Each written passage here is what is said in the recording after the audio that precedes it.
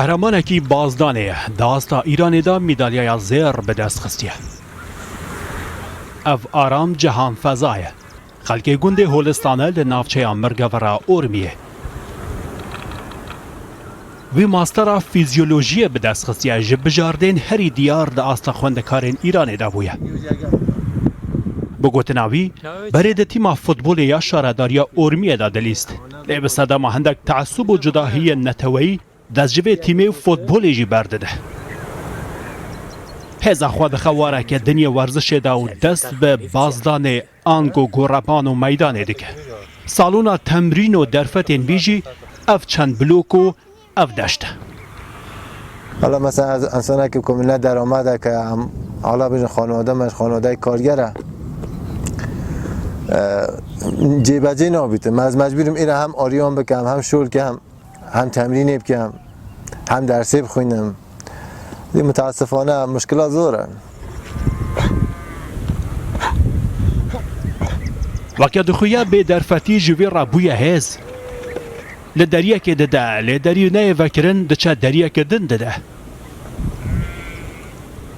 زمانه که تشتک نبید مجبوری لحد تشتک استفاده که بو پیشرفته. وقتی یک نفر حمایت نکرد تو دبیا ارادت تا 3 برابر بید.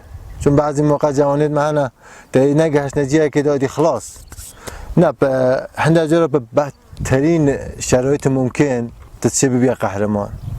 اوید هدفات معلوم زندگی دا.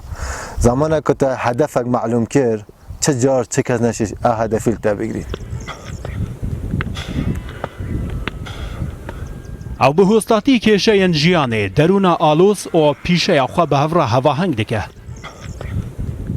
دزانه هر یک جوان چاوا دجه خود جیب که داکو یک جوان لپیشی آسر کفتنین وی نبه هستنگ.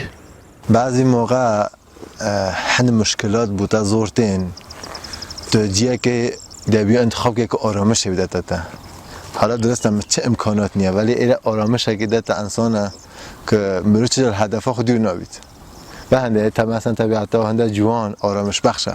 حالا بیجم شاید اصلیش نمیم هنده کره جبوی سرکفتن و قهرمانی گرینگه پشتیوانین وی هبن نبن تو تشتک جد دست ویده هبن نبه لی جبو میدان وی سرکفتنه دشتا مرگه ور پانه و سر چیای دالان پر بلنده.